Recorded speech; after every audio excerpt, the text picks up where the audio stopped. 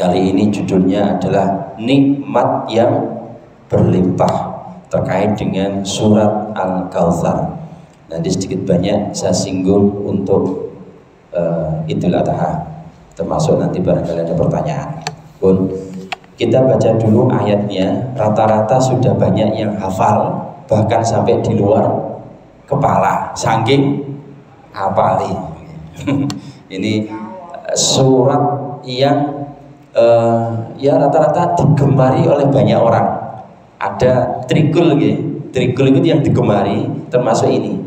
Jadi Qul huwailai itu yang digemari, termasuk ini karena ayatnya sangat pendek. Pun jangan tirukan saya, baca kita bersama-sama. Tirukan saya setelah saya dulu. A'udzu billahi minasy syaithanir rajim. Monggo. Bismillahirrahmanirrahim. Inna a'tainakal kautsar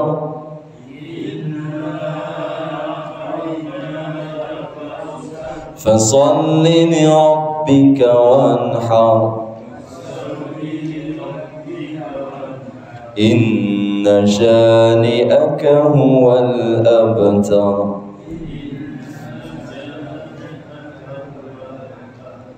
Shadaqallahul azim. Rata-rata ayat ini banyak yang sudah hafal, tapi moga-moga hafal ngerti sa'ar ini. Allahumma amin. Pertama kita lihat artinya dulu. Sesungguhnya kami telah memberikan kepadamu nikmat yang banyak. Ayat ke-1. Ayat kedua, maka dirikanlah sholat karena Tuhanmu dan berkorbanlah atau menyembelih hewan kurban dan mensyukuri nikmat Allah Subhanahu wa ta'ala.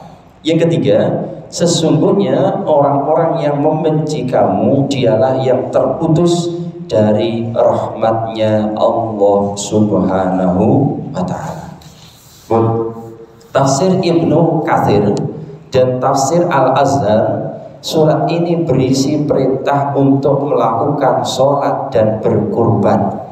Nah, sholat ini kenapa sangat penting? Penting sekali. Sebab sholat ini adalah identitas umat Islam. Nek orang itu ndak sholat, maka ndak ketok Islami. Nek puasa itu semua agama ada yang melaksanakan puasa, termasuk orang Islam. Kalau puasa kan tidak jelas, tidak kelihatan. Makanya saumuli wa ana ajibi. Terus Allah dalam hadits qudsi, puasa itu untukku dan aku yang akan membalasnya. Maka rata-rata panjenengan kalau pengen sakti poso. Rata-rata dukun niku sakti karena poso. Jadi rata-rata termasuk panjenengan pengen apa niki anake jenengan sukses, ngapunten, pas wetone jenengan posone, itu insya Allah nanti anak sukses. Di samping anak akan gampang jenengan pegang atine. Kok apakah ada dasarnya? Ya semuanya kalau kemudian dicari dasarnya ya kadang ada kesulitannya. Tapi yang jelas apa namanya, mensyukuri nikmatnya Gusti Allah berupa anak lewat lahirnya itu boleh. Kanjeng Nabi sendiri kan kelahirannya lewat dibacai dengan poso, Senin dan Kamis. Seninnya Kanjeng Nabi lahir, Kamisnya karena emang Kanjeng Nabi mendapatkan apa namanya berita khusus bahwa kalau hari Kamis itu setoran amal ibadah. Nah, termasuk puasa Arafah. Nah, ini jenengan rata-rata banyak yang bingung. Arafah itu kapan Ustaz? Benjing apa Rebo? Ngaten nggih. Nek Rebo kok koyakane rada meragukan. Nek meneh kan pemerintah ijen apa namanya hari Idul Adha Kamis. Nah, ini panjenengan kedah ngerti, kedah paham terkait dengan puasa Arafah. Puasa Arafah ini puasa yang tingkat tinggi. setelah puasa wajib. Jadi Ramadan itu sudah tidak ada tandingannya. Setelah itu puasa sunnah yang tertinggi pertama adalah Arafah. Siapa yang puasa Arafah maka diampuni dosanya 1 tahun yang lalu dan yang akan datang. Tanggal 9 Arafah. Nah setelah itu ada puasa Asyura, baru kemudian Senin Kamis dan sebagainya. Nah sekarang Ustaz, kapan 9 Arafahnya kapan? Terkait dengan 9 Arafah ini, beberapa para ulama termasuk Prof. Zahro itu menyampaikan gini, kalau Idul Fitri itu ada matlak lokal, kita ikut pemerintah sesuai dengan yang ada. Kalau yang namanya Arafah ini sepakat dari 4 mazhab yang 3, berarti kan coro diaklamasi menang sing 3. Menurut Imam Hanafi, Imam Maliki, Imam Hambali itu adalah Arafahnya kapan di Mekah ibadah hajinya melaksanakan wukuf, sehingga di sana pas wukuf, di sini puasa Arafah, berarti besok. Nah Imam Syafi'i beda, mengikuti lokal. Nah kalau gitu dalam segi ini itu yang coro mantep dan jumhur ulama jelas besok. Loh, kan pemerintah menentukan hari Kamis. Bagaimana ulama-ulama yang punya kebijaksanaan tetap besok Arafah, Rabunya jika panjenengan mau puasa, nyereng puasa silakan. Namanya puasa 9 Dzulhijjah. Ada dasarnya. Di bulan Dzulhijjah ini puasa tanggal 1 sampai tanggal 9 itu bagus. Oke. Terus kemudian hari rayanya tetap Kamis. Ikut pemerintah. Saya termasuk itu. Jadi besok yang Arafah karena pas di sana itu gitu. Dalilnya yang kuat seperti itu. Jadi di sana pas wukuf, di sini puasa. Tapi jenengan jika tidak mantap ikut yang pemerintah hari Rabu, monggo. Namanya puasa 9 Dzulhijjah. Ini puasa Arafahnya sesuai dengan dalil dan kekuatan hukum para ulama itu besok. Monggo jenengan tidak harus ikut saya, monggo. Tapi cara kekuatan dasarnya seperti itu. Itu supaya jenengan tidak bingung. Jenengan mau ikut tapi kalau hari raya tetap kami anjurkan ikut yang Kamis, ikut pemerintah karena kita punya pemerintah khusus. Loh ini apakah selamanya tidak akan bisa ketemu? Sebetulnya gini, kalau Muhammadiyah itu masih menetapkan 1-2 derajat, terus pemerintah dan NU 3 derajat, tidak akan ketemu. Dimungkinkan setiap tahun Idul Fitri, Idul Adha mesti gak bareng. Nek masih seperti itu. Bagaimana solusinya? Ada solusi fikih kontemporer. Dengan cara apa? Muhammadiyah menahan dengan cara dinaikkan jadi 2 derajat. Sing pemerintah dan NU menahan diturunkan 2 derajat. Ketemu. Ini sudah seperti itu. Yakin. Nanti insya Allah Idul Fitri, Idul Adha insya Allah bareng. Kapan Ustaz? Ya bisa ketemu gak?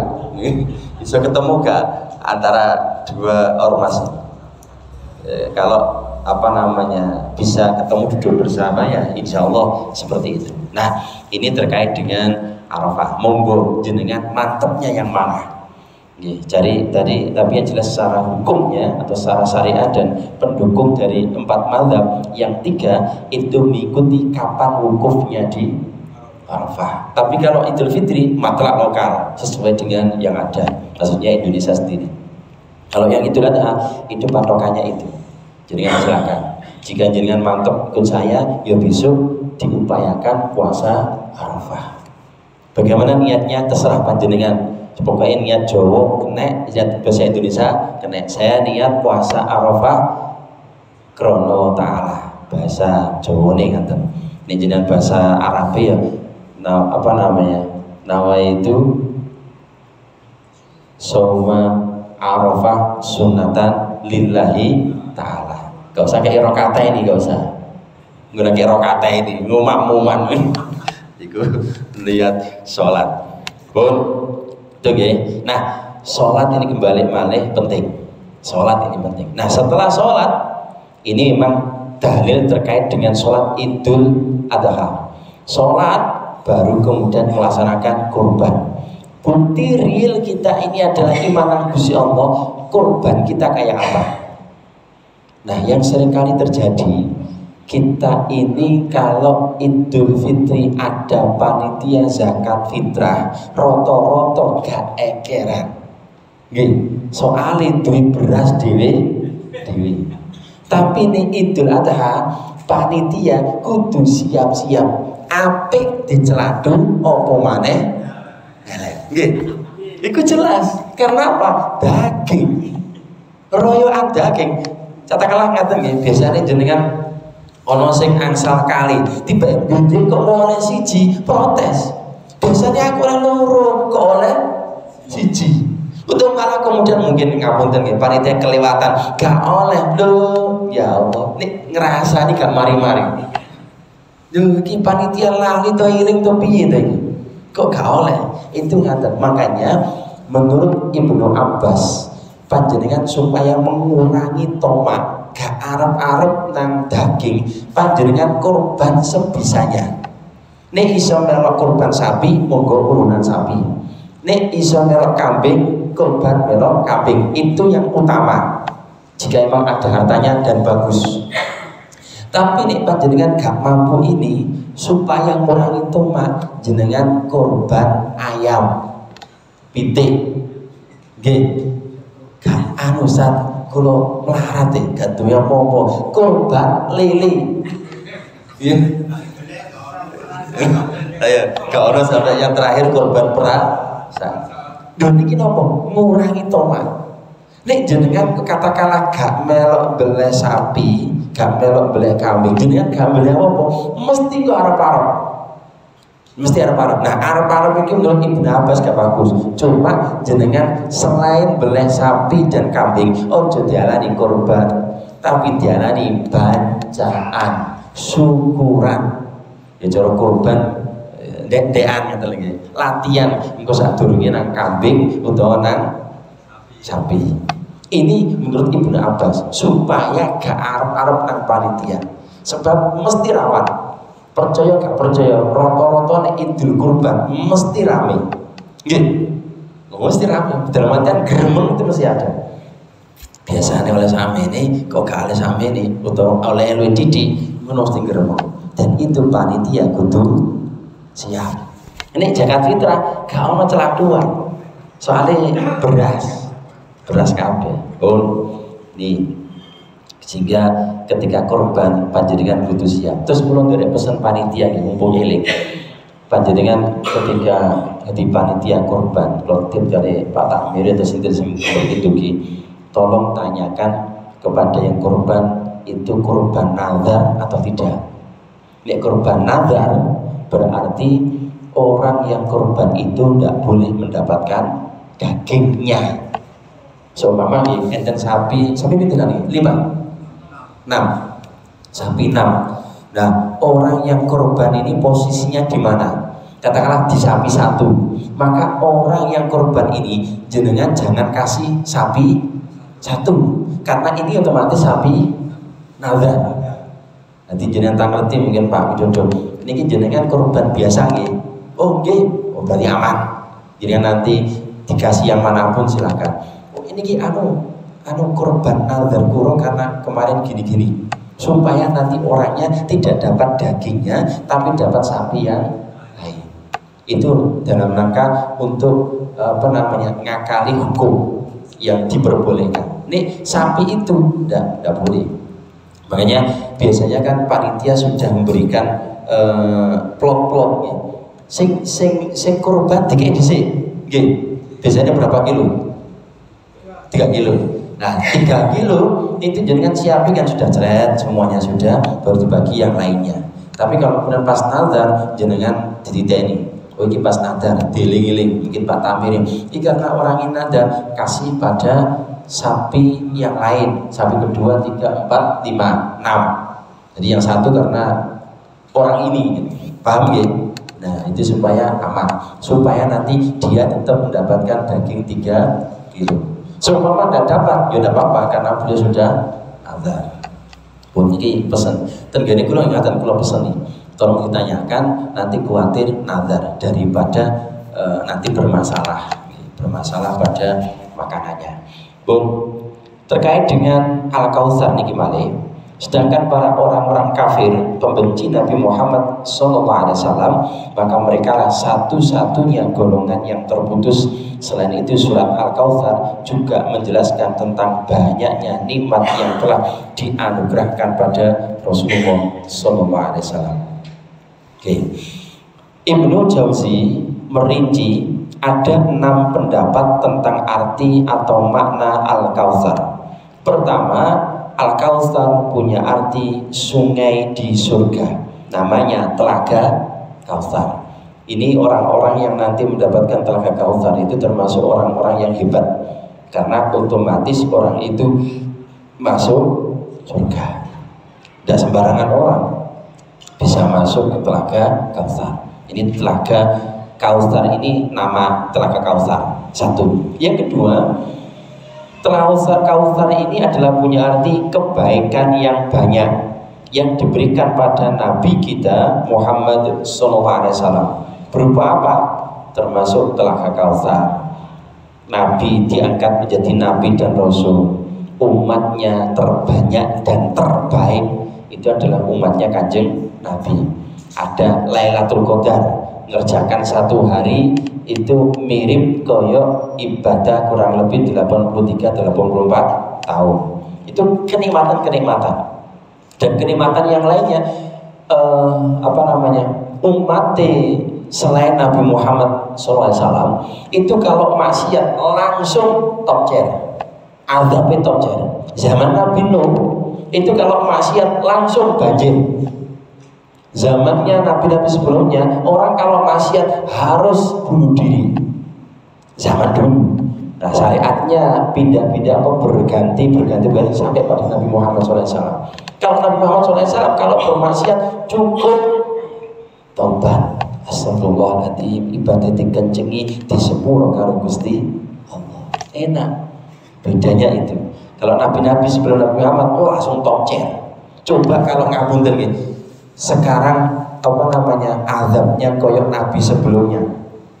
Orang zina langsung barangnya hilang, ngerti Mas? Hilang, aduh, ngerti. Mari ngomong miso terus penceng lambene. Ngerti. Berhubung umat Kanjeng Nabi ijek deman karo Gusti Allah, gelem tobat kan. Bahkan nanti kalau sampai akad tiang niku nek maksiat dosa nang Gusti Allah ditunggu 3 jam. 3 jam nek gelem tobat maka tidak jadi ditulis maksiat. Contoh, umpama ganti sandal sing apik jenengan gawa mulih. Terus sadurunge 3 jam dibaleno dengan tiange jalan sepuro gak sida ditulis. Tapi nek 3 jam ditulis maksiat. Tapi nanti kalau kemudian gelem balik nomane dihapus karo Gusti Allah gak sida maksiat. Hebat. Itu umat Kanjeng Nabi. Makanya Kautsar ini kebaikan yang banyak. Yang ketiga, Al-Kautsar ini adalah ilmu dan Al-Qur'an. Ini menurut pendapat Imam Hasan Al-Basri, tokoh wali yang punya derajat tinggi. Orang ini kuwi gak ada ilmu, regane larang. Makanya ada tinggal di surat Al-Hujurat, Gusti Allah dawuh, yarfa'illahu ladzina amanu minkum walladzina utul ilma darajat. Tiap niku duwe ilmu, nek dinggon mesti urip, terus diregani karo wong liya. Pak Mudin niku karena punya ilmu terkait dengan permudinan, nek dinggon yo diregani minimal kanggo donga. Nah, donga biasanya kan ono amplopnya. Di antara itu diangkat derajatnya itu. Engkau berkati CJ bisa sedobel. Itu namanya diangkat derajat.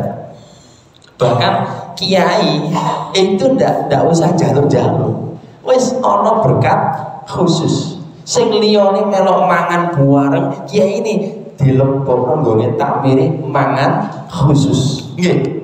Itu diantara ilmu ngaten. Diangkat derajate karo Gusti Allah. Makanya jenengan sing seneng nyedhek nanggone wong berilmu. Insya Allah nanti jenengan gandeng karo wong berilmu. Makanya jenengan nek enten kiai, enten ustad, jenengan dongakno. Kok ngaten Ustaz? Sebab tiang niku kiai, ustad atau guru niku makin tanggung jawab tenggane akhirat berat. Nabi Muhammad SAW itulah seringkali kita maca sholawat. Niku asli nih bantu kanjeng Nabi, dongakno kanjeng Nabi muga-muga nggone akhirat kuat. Kenapa? Nanti kanjeng Nabi kan memberikan syafaat yang tertinggi. Nah sehingga nanti kanjeng Nabi itu masuk surga dulu, medal, deleki umatnya sampeyan akeh. Itu nih Nabi. Nah kiai, ustad, niku boten angsal mlebet swarga riyin sadurunge jamaahe santrine mlebu swarga. Makanya niku kula sanjang jenengan dongakno kiai ustad, mangke niku perjuangane berat. Kula niki ngomong sawangane enak, tapi tanggung jawabnya berat. Nunggu jenengan sik sinten-sinten. Swarga kuwabe baru wis aman. Swarga iki tanggung jawabnya kiai dan ustaz jika memang punya jamaah, punya santri. Ngene gak gampang-gampang. Sawangane ngomong ceramah tapi tanggung jawab nanti berat. Betul. Nah, itu orang yang berilmu. Makanya jane nek cara Gus Bahak luwih enak iku dadi tanda kutip wong gak pinter. Wong bodoh. Kenapa? Surgane melok karo wong sing disenengi. Kanjeng Nabi kan derajatnya tinggi, tirakatnya tinggi, pengorbanannya tinggi. Ini ngomongin ini, almarhum ma'aman ahabba. Orang itu akan masuk golongan kepada siapa yang dicintai. Nek seneng kanjeng Nabi, mangke swargane bareng kanjeng Nabi. Padahal dhek mboten Nabi. Jenengan karena seneng karo kiai karo ustaz, mangke jenengan gandeng karo kiai, padahal gak usah melok mondok. Enak jenengan. Wis cukup yang tengah-tengah bingung kalau pengajian melek jare apa kiai, engko melok gandelan sarunge kiai. Ya oh enak. Cara nulis niki. Jenengan kan melok karek dadi ridho. Sing rada mikir dhewe. Nutu iki ngene seterusnya menyampaikan. Jenengan tinggal terima jadi dan itu nanti jenengan melaksanakan podo karo ilmu tiang sing nglampahi itu. Enak. Makanya di sini Al-Kautsar itu adalah ilmu dan Al-Qur'an. Al-Qur'an mukjizat yang hebat. Al-Kautsar lagi punya arti yang kelima adalah nubuwah, kenabian. Jadi Nabi Muhammad SAW diangkat menjadi Nabi dan Rasul, itu derajat yang tertinggi, menjadi imamnya para Nabi. Jadi nanti Nabi-Nabi yang lainnya itu ditabrak karo umatnya. Nabi Adam jenengan tolong kula Nabi Adam, ojo njaluk aku di dosa nang Gusti Allah. Napa dosa jenengan? Aku pernah makan buah khuldi sampai saiki gurung ngerti di sepuro apa mboten. Wis ono nanggone nabi berikutnya, nulung-nulung ada Nabi Musa. Musa ya ono ceritane dhewe-dhewe. Nabi Ibrahim sampai seterusnya, Nabi Isa sampai nubruk nang terakhir Nabi Muhammad sallallahu alaihi wasallam baru saged maringi syafaat. Karena apa? Nabi Muhammad tanda kutip gak duwe dosa nang Gusti Allah, gak punya masalah dengan Gusti Allah. Termasuk nabi yang maksum. Itu menurut beberapa cerita yang ada. Pun yang keenam, Al-Kautsar punya arti telaga Rasulullah SAW. Dan banyak manusia nanti akan mendatanginya jika orang itu nanti masuk surga. Mugi-mugi kula panjenengan ditakdir mlebu swarga. Allahumma amin. Wong asline kula panjenengan iki adalah asline penduduk swarga. Dijak dulinan nang gone donya, mangke balik maneh nang swarga. Mugi-mugi sida. Allahumma amin. Dadi jenengan sidakno kok gak sida. Yang ke-7, Al-Kautsar punya arti begitu banyak pengikut dan umat. Allah sampaikan. Tafsir surat Al-Kautsar. Allah telah menyebutkan sebagian nikmat yang diberikan pada Nabi kita Muhammad SAW, sehingga Allah SWT berfirman pada Nabi Muhammad SAW, sesungguhnya kami telah berikan kepadamu nikmat yang banyak. Wow, diberikan di atas ada nikmat sungai, kebaikan, nubuah, ilmu, Al-Quran dan sebagainya. Yang kedua, maka dirikanlah sholat karena roh, karena Tuhan kita. Jadi dirikan sholat ini penting sekali. Setelah dirikan sholat, maka jangan lupa berkorban. Ini gak iso kurban daging, ya kurban perasaan. Tapi ini iso kurbane dan sholatnya sing ikhlas. Orang kalau ikhlas, angel digoda karo setan. Iblis iku mbahe setan, boten saged goda tiyang sing ikhlas. Tapi nek boten ikhlas, gampang godonane. Pun yang ketiga, sesungguhnya orang yang membenci kamu dialah yang terputus.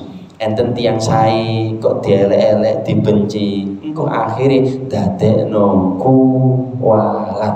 Omane Kanjeng Nabi kok dibenci, malah bahaya.